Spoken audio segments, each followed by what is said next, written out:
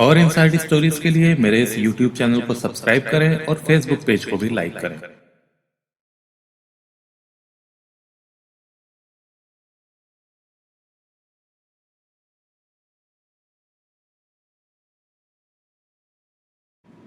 गोरखपुर के कैंट थाना क्षेत्र की पॉश कॉलोनी बिलंदपुर में इलेक्ट्रिसिटी डिपार्टमेंट से रिटायर्ड इंजीनियर हरेराम श्रीवास्तव अपने परिवार के साथ रहते थे। उनके परिवार में कुल 6 लोग थे, जिनमें 2 बेटे और 2 बेटियां थीं। उनके चारों बच्चों में राजेश्वरी सबसे छोटी थी। सब उसको प्यार से राखी कहते थे। फैमिली में सबसे छोटी होने की वजह से घर वाले उसको प्यार भी बहुत करते थे। सन 2006 की बात है। राखी के पिता हरेराम श्रीवास्तव बीमार थे। उन्हें इलाज के लिए आर्यन हॉस्पिटल में भर्ती किया गया था।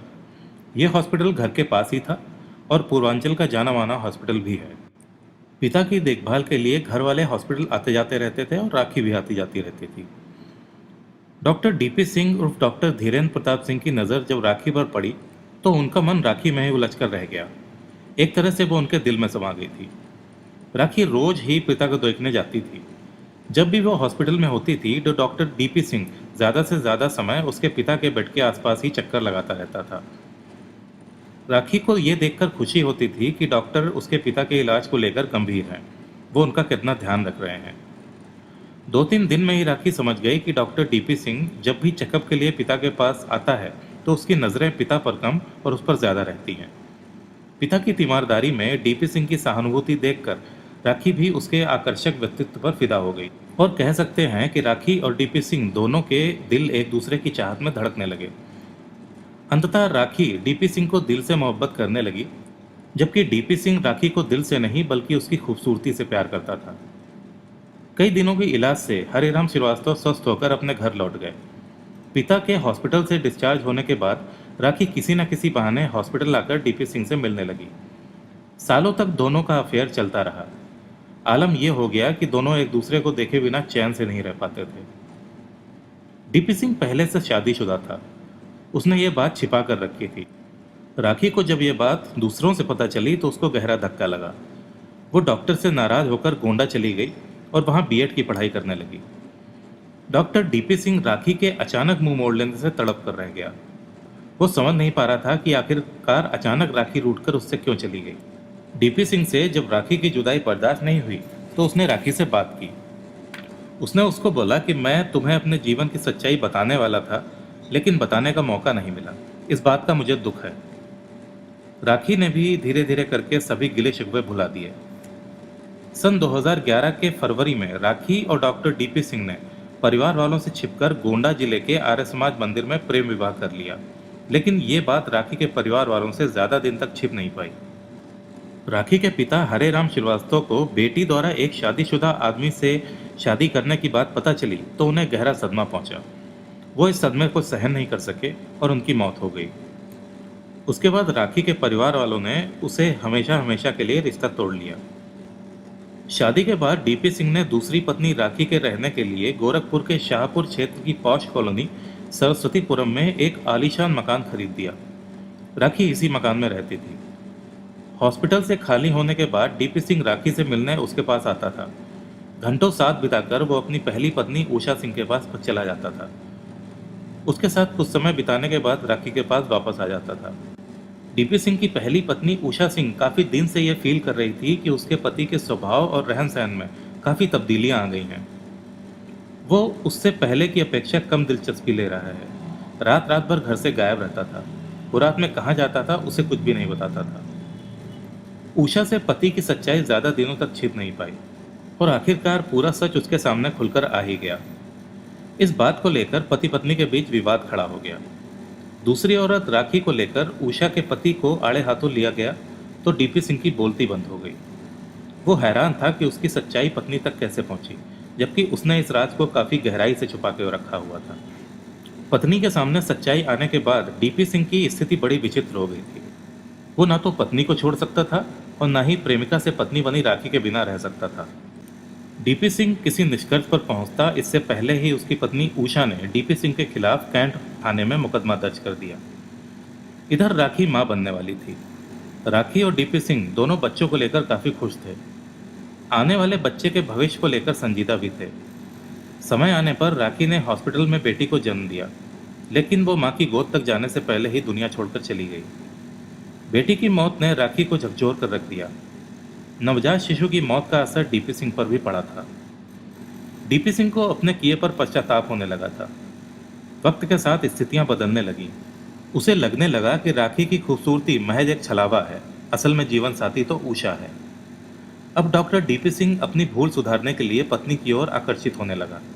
उसने अपनी भूल सुधारने के लिए उषा से एक मौका मांगा, साथ ही वादा किया कि वो अब ऐसा कभी नहीं करेगा। पति के वादे पर उषा को भरोसा नहीं था। सालों तक वो उसकी पीठ के पीछे रंगरलियां मनाता रहा था, यहाँ तक कि उसे भनक तक नहीं लगने दी थी। यही सब सोचकर उषा ने उसे माफ नहीं किया, बल्कि फैसला पति पर छोड़ दिया। दूसरी ओर डीपी सिंह ने राखी से बिल्कुल ही मुंह मोड़ लिया था। राखी ने डीपी सिंह को चेतावनी दे दी कि अगर वो उसे छोड़कर अपनी पहली पत्नी के पास गया तो इसका परिणाम भुगतने को तैयार रहे। डीपी सिंह जानता था कि राखी जिद्दी स्वभाव की है, जो ठान लेती है वो करके रहती है। राखी समझ गई थी कि डीपी सिंह उससे बचने के लिए किनारा कर रहा है। डीपी सिंह ने भले ही राखी से दूरी बनानी शुरू कर दी थी, लेकिन उसके खर्चे में कमी नहीं की थी। वो उसे उतनी ही मुंहमांगी रकम देता रहता था। ये अलग बात है कि राखी रुपए नहीं, अपना पूरा हक चाहती थी। उसे दूसरी औरत बनकर रहना मंजूर नहीं था। वो पत्नी का पूरा अधिकार चाहती थी। जब डीपी सिंह पहली पत्नी उषा को छोड़ने के लिए तैयार नहीं था, राखी उस पर दबाव बनाने लगी कि वो उषा को हमेशा हमेशा के लिए छोड़कर उसके पास आ जाए, लेकिन डीपी सिंह ने ऐसा करने से साफ मना कर दिया। राखी ने सोच लिया था कि वो तो बर्बाद हो गई है, पर उसे भी आसानी से मुक्ति नहीं देगी। डॉक्टर को सबक सिखाने के लिए साल 2017 के शुरुआती महीने में राखी ने राजधानी लखनऊ के चिन्हट थाने में डॉक्टर डीपी सिंह के खिलाफ अपहरण और गैंगरेप का मुकदमा दर्ज कर दिया। यही नहीं, उसने गोरखपुर के महिला थाने में भी डॉक्टर सिंह के खिलाफ महिला उत्पीड़न का मुकदमा दर्ज कराया। एक साथ दो दो मुकदमे दर्ज होते ही डॉक्टर सिंह के होश उड़ गए। गैंगरेप का मुकदमा दर्ज होते ही डीपी सिंह की शहर में ही नहीं, पूर्वांचल भर में थू थू होने लगी। इसके चलते हॉस्पिटल बुरी तरह से प्रभावित हो गया। डीपी सिंह की इज्जत पर बंदों में दाग लगा दिया गया था। अपनी प्रतिष्ठा बचाने के लिए डीपी सिंह ने राखी को केस वापस लेने के लिए कहा और उसे मुंहमांगी रकम देने का वादा किया। राखी ने उसके सामने सरस्वतीपुरम कॉलोनी की उस आलीशान कोठी की रजिस्ट्री अपने नाम करने की शर्त रखी जिसमें वो रह रही थी। वो कोठी करोड़ों की थी। इसके लिए डीपी सिंह तैयार नहीं हुआ, उसने बात टाल दी। धीरे धीरे डॉक्टर डीपी सिंह का राखी से मोह पूरी तरह से खत्म हो गया। वो बौखला चुका था और राखी को अपने रास्ते से हटाने की योजना बनाने लगा। इस बीच राखी की लाइफ में एक नई कहानी शुरू हो गई। सरस्वतीपुरम कॉलोनी में जहाँ राखी रहती थी, उसी के पड़ोस में मनीष नाम का एक युवक रहता था। वो आर्मी में जवान था और अपने एक रिलेटिव के घर अक्सर आया जाया करता था। बेसिकली वो बिहार के गया जिले का था। डीपी सिंह से रिश्ते खराब होने के बाद राखी अकेलापन दूर करने के लिए मनीष से नज़दीकियां बढ़ाने लगी। मनीष भी राखी की खूबसूरती पर फिदा हो गया। थोड़ी मुलाकातों के बाद दोनों एक दूसरे के करीब आ गए और फरवरी 2018 में राखी और मनीष ने कोर्ट मैरिज कर ली। शादी के बाद राखी मनीष के साथ गया चली गई। उसने मनीष से अपने अतीत की सारी बातें बता दी थी। मनीष समझदार और सुलझा हुआ इंसान था। वो राखी को समझाता रहता था। मनीष को पत्नी की अतीत की कहानी सुनकर उसके साथ सिंपैथी हो गई थी। उसने राखी को समझाया कि जो बीत गया उसे याद करने का कोई फायदा नहीं, उसे एक बुरा सपना समझकर भुला दो। राखी ने भले ही मनीष से शादी कर ली थी, लेकिन डीपी सिंह को अपने दिल से निकाल नहीं पाई थी।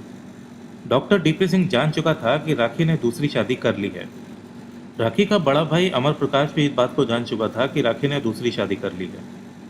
असल में परिवार वालों ने राखी से संबंध तोड़ लिए थे। एक अमर ही था जिसे राखी की परवाह थी। वो उसे अक्सर फ़ोन करके उसका हालचाल लिया करता था। राखी के इस बार के कृत्य से वो दुखी था। उसने राखी से बात करनी बंद कर दी थी।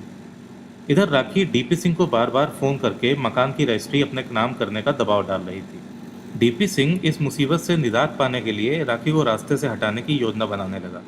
इसके लिए उसने 5 बार प्लान बनाया, लेकिन पांचों बार इन प्लानों को सक्सेसफुली एग्जीक्यूट नहीं कर पाया। इसलिए इस बार उसने अपने हॉस्पिटल के 2 कर्मचारियों देश दीपक निषाद और प्रमोद कुमार सिंह को पैसों का लालच देकर साथ मिला लिया। डीपी सिंह ने भले ही राखी से कन्नी काट ली थी, लेकिन राखी से फ़ोन पर बात करनी बंद नहीं की थी। ऐसा वो राखी को विश्वास में लेने के लिए कर रहा था। राखी समझ रही थी कि डीपी सिंह अभी भी उससे प्यार करता है। राखी डीपी सिंह की इस योजना को समझ नहीं पाई। वो उस पर पहले जैसा यकीन करती रही।